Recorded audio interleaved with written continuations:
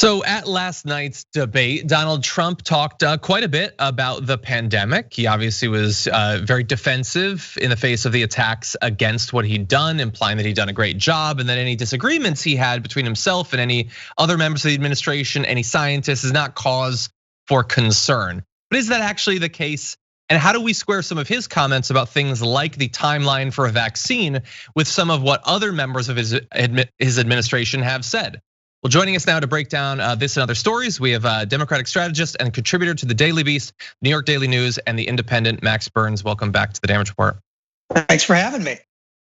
Glad to have you here. And so first we want to start with the head of the CDC. So Robert Redfield, he made a lot of news with his comments about masks and about vaccines that Trump almost instantaneously later that day disagreed with, sparking sort of a back and forth between them.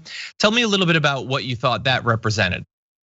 Well, it's been a tough week for the president's sort of COVID fantasy land. Almost all of his medical experts have testified in the last week or two under oath to Congress that not only is it unlikely we're going to see a vaccine widespread before Election Day, but that even for months after Election Day, this vaccine's only going to really be available to people who urgently need it, people with pre-existing conditions, the elderly.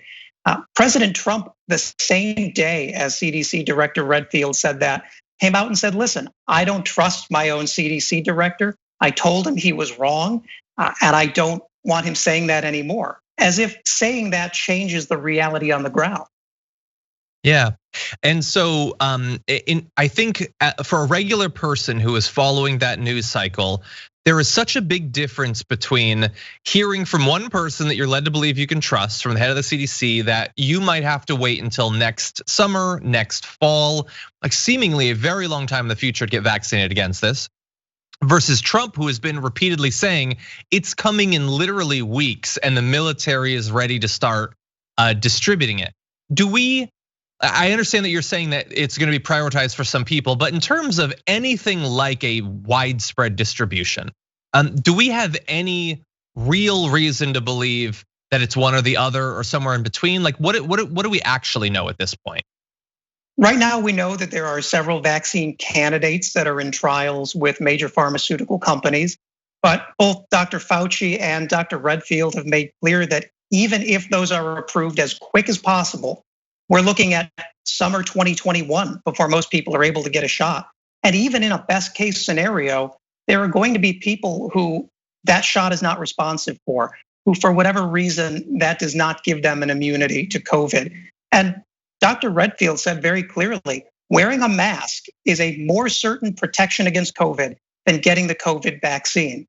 And that really blows a hole in this idea of the vaccine as the be-all, end-all cure that Donald Trump is selling America. Yeah, and that was another one of the things that Donald Trump said that he must have misspoke about. And it even came up at the debate with Joe Biden saying that widespread mask use could save many lives by the end of the year, and Trump vigorously disputing that, which is such an odd thing. What I'm curious for you, as you're watching this, you're reporting on these stories. We've been through different cycles of the White House messaging around the pandemic. What is your best guess as to who and to what extent people trust different branches of this response? Is Fauci, who seems to be less of a public face, is he still trusted? What's up with Birx? Is Redfield now tarred by that weird back and forth with the president? Who are the American people largely trusting to get accurate information from? I think a good measure of who the American people trust is who President Trump has sidelined from doing anything in public. We had Dr. Fauci giving very clear instructions on mask wearing, social distancing. He's gone. Dr. Birx, who was a Trump ally at the time and was even more moderate than Fauci and said, we could maybe reopen if we just socially distance. She's gone too. That wasn't good enough for the reality Trump wanted. The surest test of who we should trust is which medical professionals Donald Trump is telling us to ignore. And we see that when they're under oath before Congress, when they can be penalized with perjury for lying, these doctors will tell you the unvarnished truth, which is that we need to wear a mask, we need to socially distance, and not start thinking that a vaccine is going to be the end of this. Exactly. Although, I really do believe that he's going to make some sort of big announcement the week of the election or 1 week, right before the election. I wonder how big of a grain of salt the American people, with everything they've seen from the Trump administration, will take that with, and also how the media will cover that. Will they be excited about the possibility of some good news, or will they approach it with the skepticism that's probably warranted, considering that back and forth that we've been talking about? I think when you look at the media, anything goes. I think we're already framing this in mainstream media as, can Trump get a vaccine before election day? No, it's literally impossible. Every expert involved in making this vaccine has said it's impossible. For the people, I don't think they're as gullible. If you look at the last 2 or 3 polls that have come out from Pew, from the New York Times, a growing majority of Americans don't trust what the president says about COVID. In fact, about 60% say Joe Biden is the person they would trust more to deal with the crisis. So I think the media are, again, much more susceptible to this than regular people. That's interesting. I would guess that Donald Trump probably does not want the focus of the campaign between now and election day, and we're looking at like a little bit more than a month at this point, to really be on the pandemic. That seems like territory he doesn't want to have to defend. What he would probably prefer is some big news story to distract attention away from it.